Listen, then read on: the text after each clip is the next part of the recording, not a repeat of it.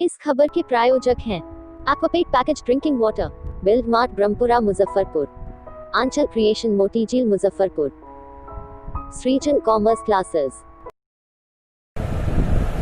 नमस्कार, बिहार दस्तक के live session में आप सभी का स्वागत है। और आज खास बातचीत करने के लिए हमारे साथ एक विशेष अतिथि के तौर पर मौजूद हैं डॉक्टर एन के मिश्रा। मैं सबसे पहले इनका परिचय देना चाहूँगा। तो डॉक्टर एन के मिश्रा जी मिश्रा हॉस्पिटल, जो कि जुरन छपरा मुजफ्फरपुर में स्थित है, उसके डायरेक्टर हैं और उसके साथ साथ वो प्रोफेसर और एचओडी हैं सर्जरी विभाग एमएमसी मधुबनी के। पूर्व में वो दरभंगा और एसकेएमसीएच के एसोसिएट प्रोफेसर भी रहे हैं। तो सबसे पहले तो सर आपका स्वागत है।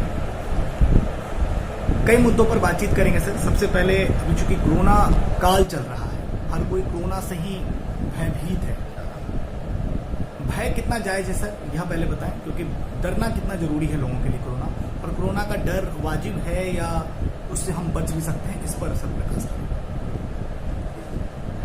आपने क्योंकि कोरोना काल चल रहा है और निश्चित रूप से कोरोना एक काल की तरह आया हुआ है।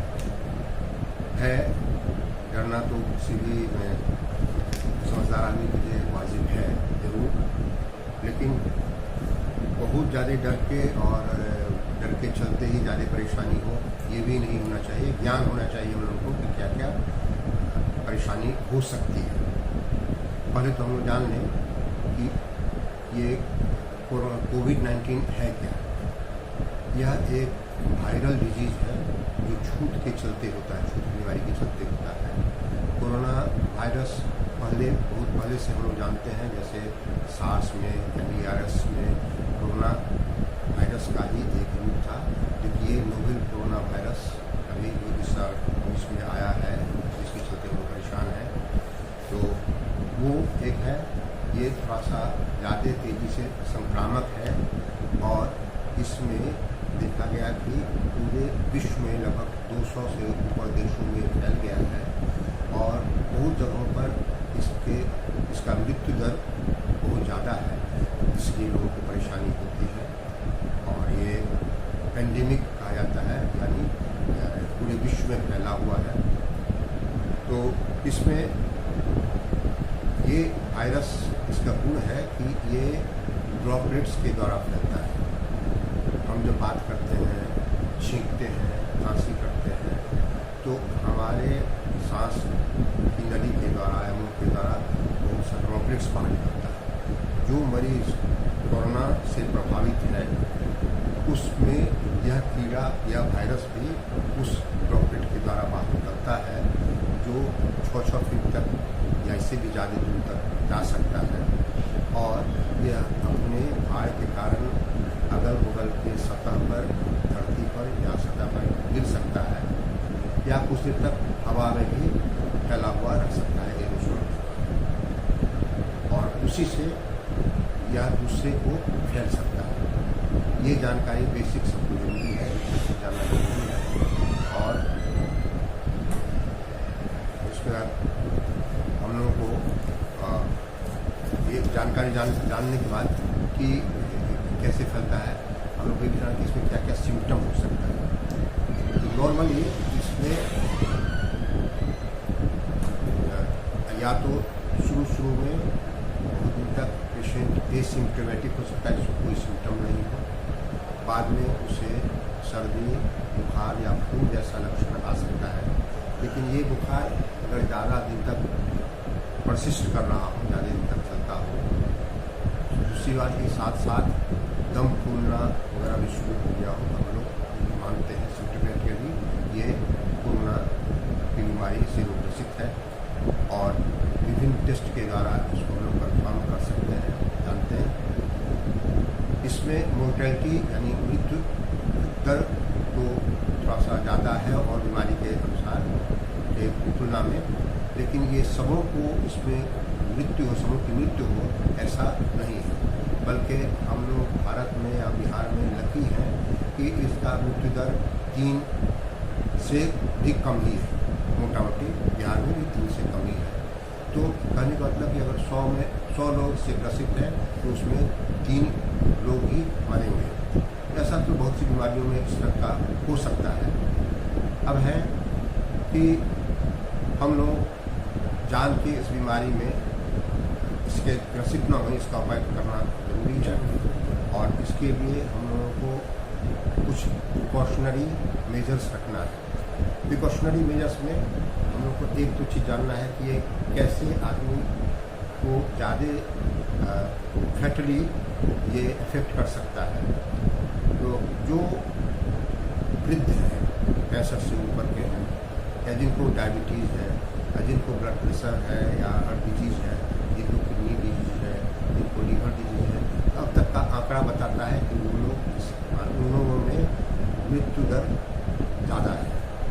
दूसरी बात कि छोटे छोटे बच्चों में वैसे जनरली कहा जाता है नहीं है, लेकिन भी इफेक्टेड हो जाते हैं। तो ऐसे लोग जो बूढ़े हों, 65 से ज़्यादा को हों, या इन बीमारियों से ग्रसित हों, या और दूसरे कारण से जिनके शरीर में इम्यूनिटी घट गई है, तो उन लोगों को विशेष परहेज करना ज़्यादा जरूरी है। ये एक बात हुई। दूसरी बात कि नॉर्मल दूसरे लोगों को भी वो ग्रसित कर सकता है अगर किसी कारण से उनके शरीर में इम्यूनिटी घट गई। तो इस तरह से हम जानते हैं कि अगर हम स्वस्थ हैं, इम्यून हैं, तो हम इस बीमारी को मात दे सकते हैं। तो सबसे पहला चीज़ है कि अपना स्वास्थ्य पर ध्यान देते हुए स्वस्थ रहना बहुत ज़्यादा जरूरी है। और इम्यूनिटी हमारी जिस चीज़ से बढ़ सके उसको बढ़ाने की कोशिश करना है। खाने पीने पर ध्यान देना है, जैसे विटामिन सी है, विटामिन डी है, ये बराबर इसका सेवन करना है, स्वस्थ भोजन देना है, ये सब अगर करते रहें।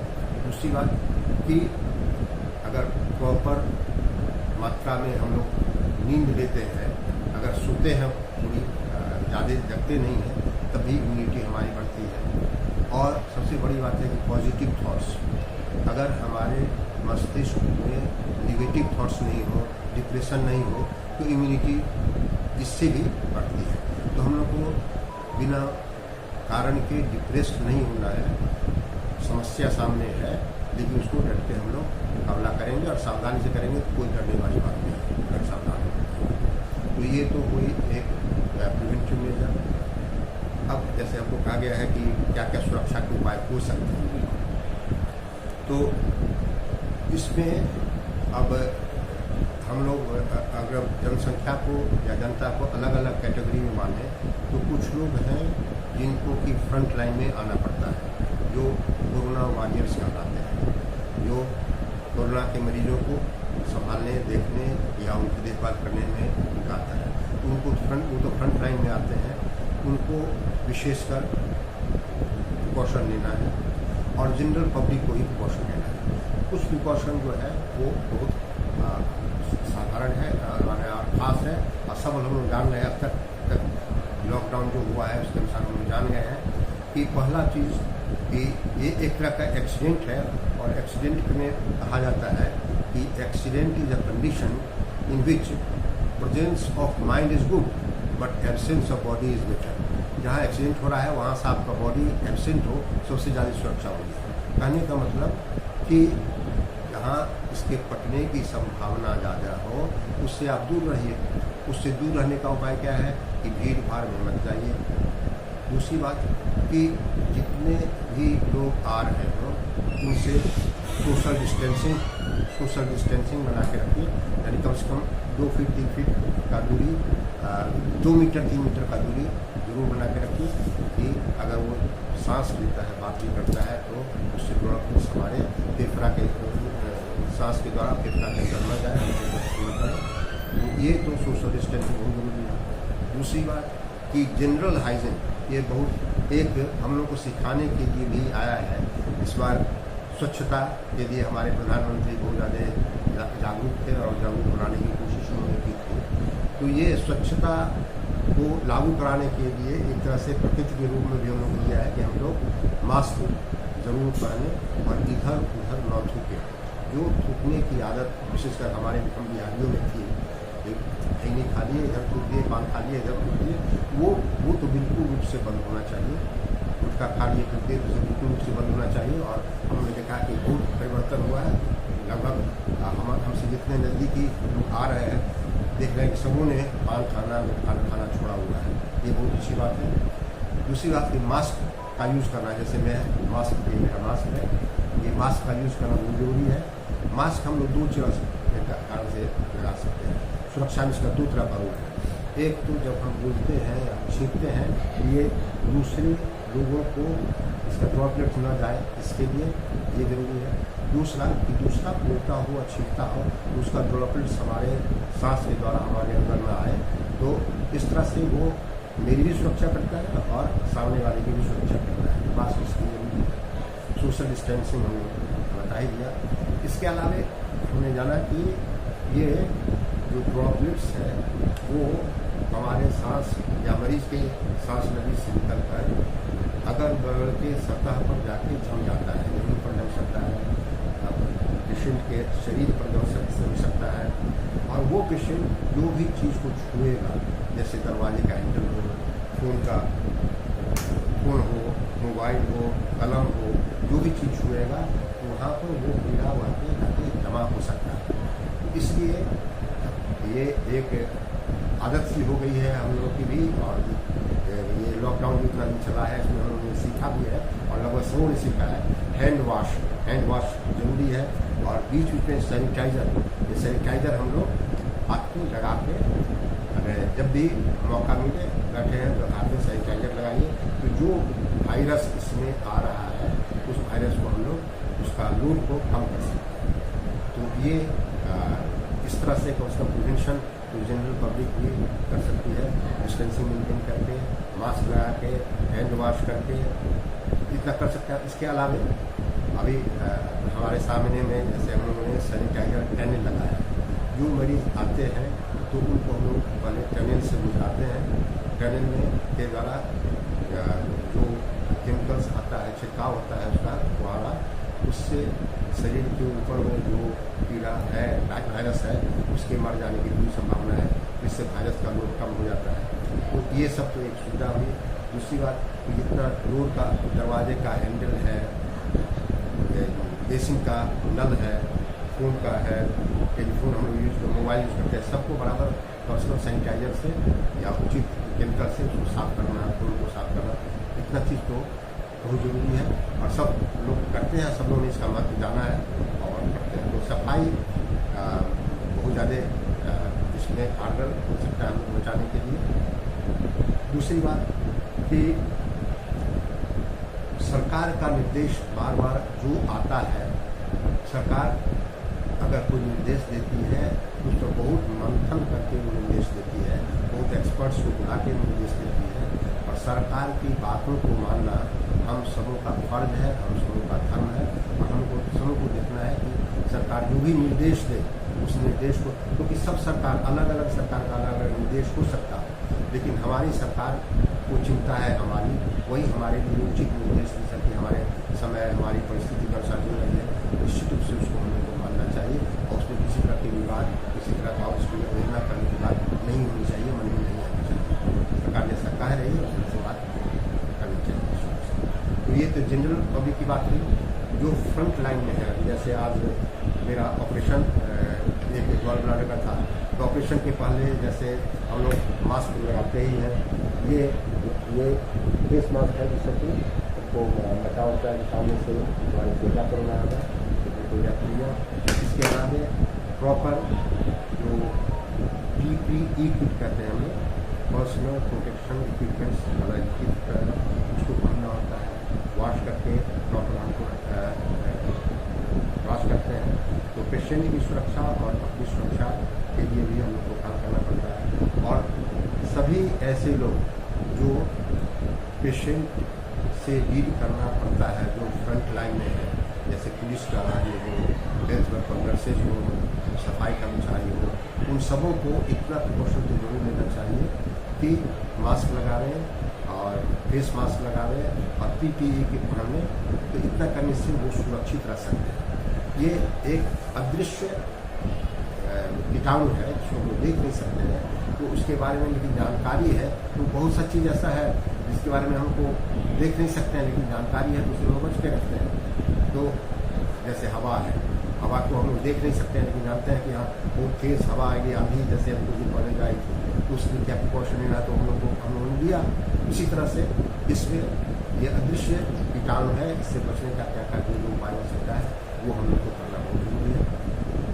तो फ्रंट लाइन वर्कर्स के बारे में बताया, तो उनको हर तरह का इक्विपमेंट्स लेके सोशल डिस्टेंसिंग मेंटेन करके और काम करना है। हाथ में भी ग्लोव्स पहन के, हम लोग जब मरीज को देखते हैं तो ग्लोव्स ले लेते हैं उनका, ये दस्ताना है, इस दस्ताना को हाथ में पहन के उसको कम छूते हैं हम लोग, और पेशेंट को दे देते हैं हम लोग दस्ताना एक्स्ट्रा कि आप बाहर जाइएगा, दरवाजा छुइएगा, कुछ आप पहन के रखिएगा, इससे सुरक्षा हो।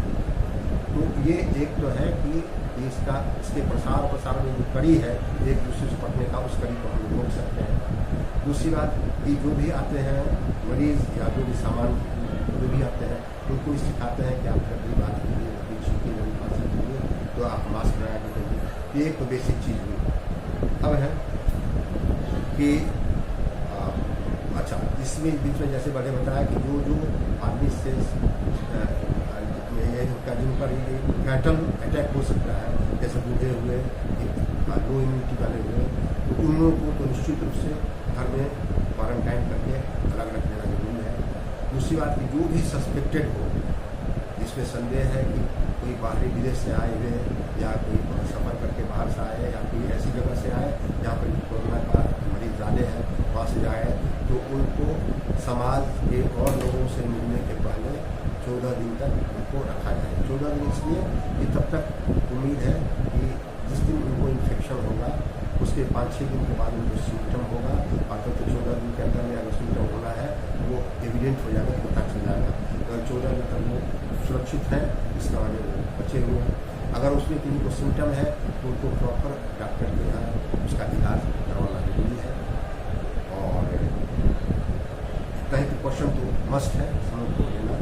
प्रिकॉशन लेने के बाद हम अपने देश को भी आगे बढ़ा सकते हैं, अपनी सुरक्षा भी कर सकते हैं। और सबसे पहली चीज़ है, आप ट्रेन में भी जाते हैं, कहीं भी जाते हैं, तो कहा जाता है कि कहीं कोई हादसा होता है तो पहले आप अपनी सुरक्षा कीजिए। आप सुरक्षित रहिएगा तो आप दूसरे को ही बचा सकते हैं, अगर आप सुरक्षित नहीं रहिएगा तो दूसरे को नहीं बचा सकते। इसलिए सबसे पहले अपनी सुरक्षा कैसे हो उसको देखिए, और दूसरे की भी सुरक्षा कैसे हो। बहुत बहुत धन्यवाद, आपने बिहार दस्तक से बातचीत की, काफ़ी महत्वपूर्ण जानकारी आपने साझा की है। लाइव सेशन खत्म करने से पहले एक बस आखिरी सवाल मैं आपसे जानना चाहूँगा। कई बार क्या होता है, कई लोग पैनिक हो जा रहे हैं, अगर छोटी मोटी बीमारियां अगर होती हैं तो लोग आज के समय में अस्पताल जाने से भी कतरा रहे हैं कि नहीं, अगर वहाँ हो सकता है कहीं कोरोना का ऐसा कुछ मरीज हो। वैसे लोगों के लिए आप क्या कुछ कहना चाहेंगे? क्या मतलब, क्योंकि अगर छोटी बीमारी है वो हो सकता है कि अगर उसको इलाज नहीं कराया गया तो निश्चित तौर पर वो बड़ा रूप ले सकती है, तो लोगों को अस्पताल तक पहुँचने में अगर जो भय है तो उसके लिए आप क्या? देखिए, सबसे पहली बात कि डरने वाली बात नहीं है। कोई समस्या अगर आ रही है तो उसका तो समाधान आपको करना होगा। शुतुरमुर्ग वाली बात नहीं कि अगर सामने आ रही है तो हम सिर को शुतुरमुर्ग क्या करता है, सिर को जमीन के अंदर ढक देता है और कहता सोचता है कि समस्या खत्म हो जाएगी। समस्या आ रही है तो उसका समाधान करना है, और इसमें तो कोई बड़ी बात नहीं है। इससे बड़ी बड़ी बीमारियाँ हो चुकी हैं, टीबी है, मलेरिया है, इसमें ही लोग मरते हैं, जाते हैं, और भी बहुत सी बीमारियाँ होती हैं उसमें लोग मरते हैं। उसका इलाज है, इलाज कराते हैं हम लोग, तो वो कराते हैं। लेकिन सरकार जो निर्देश आपको दे रही है उस निर्देश से कहीं भी जाइए तो निश्चित रूप से भीड़ में भी आप जाते हैं तो निश्चित रूप से अगर आप दूरी मेंटेन करते हैं, देखते हैं बहुत जगह आपने देखा हो टीवी में भी कि 2-2 मीटर पर एक सर्कल बना दिया जाता है, कहा जाता है कि आप यहाँ पर रहिए, आपके आगे वाला का काम हो जाए तब आप आइए। ये आप मेंटेन कीजिए, इधर उधर मत थूकिए, और डॉक्टर से पहले ही अपॉइंटमेंट ले लीजिए। जरूरी हो तो फोन से बात कर लीजिए, जिस समय आपको समय देते हैं उससे जाके मिलिए, तो कोई डरने वाली बात नहीं है। डॉक्टर आपकी सुरक्षा के लिए, आपको बीमारी बताने के लिए तो नहीं है, उनके पास उपाय है कि आपको कैसे बीमारी से बचा जाए। दूसरी बात कि अगर आपको बीमारी होने की का सा संदेह है तो उसको नेग्लेक्ट भी मत कीजिए, क्योंकि बहुत सा चीज़ स्टेज ऐसा है जो कि उस स्टेज में अगर आप आ जाते हैं तो आपको आपकी जान को बचाया जा सकता है, और अगर वो स्टेज गुजर गया तो फिर जान बचाने में बहुत परेशानी हो सकती है। सब लोग के बस की बात नहीं है। हम लोगों ने देखा कि विश्व में बहुत बड़े बड़े लोगों को भी कोरोना डिजीज कोविड हुआ। ये हुआ कि जैसे ब्रिटेन के प्रिंस को भी हो गया, ब्रिटेन के प्राइम मिनिस्टर को भी हो गया, इस तरह से रसा के एक मिनिस्टर को भी हो गया। तो कोई भी आदमी से बच नहीं सकता है, लेकिन वो भी समस्या आने वाली है, वो उसका समाधान कैसे हो ये जानना जरूरी है, ज्ञान जरूरी है। काम को कैसे हम बच सकते हैं, उससे उसका चला जरूरी है। डरने की बात नहीं है। आप डॉक्टर के संपर्क में आजकल तो कोई जरूरी है कि आप फिजिकली कॉन्टेक्ट में आए, आप फोन से भी बात कर ले सकते हैं, फोन से आपको गाइडेंस मिल सकता है। उनको अगर संदेह होगा कुछ आपको गाइडेंस भी देंगे कि आपको कहाँ जाना चाहिए, कहाँ टेस्ट कराना चाहिए, क्या करना चाहिए। आपने बिहार दस्तक से बातचीत की और वाकई इस वक्त कोरोना काल में कहा जाए तो डॉक्टर से कोरोना वॉरियर्स की तरह है। आपने भी लोगों की काफ़ी मदद की है और बिहार दस्तक आपको और आपके जज्बा को सलाम करता है। अगर आप भी लेना चाहते हैं देश दुनिया की तमाम जानकारी तो आज ही सब्सक्राइब करें हमारे चैनल को। साथ ही नीचे दिए बेल आइकन को जरूर दबाएं ताकि हर अपडेट आप तक पहुंच सके। Just what I want to.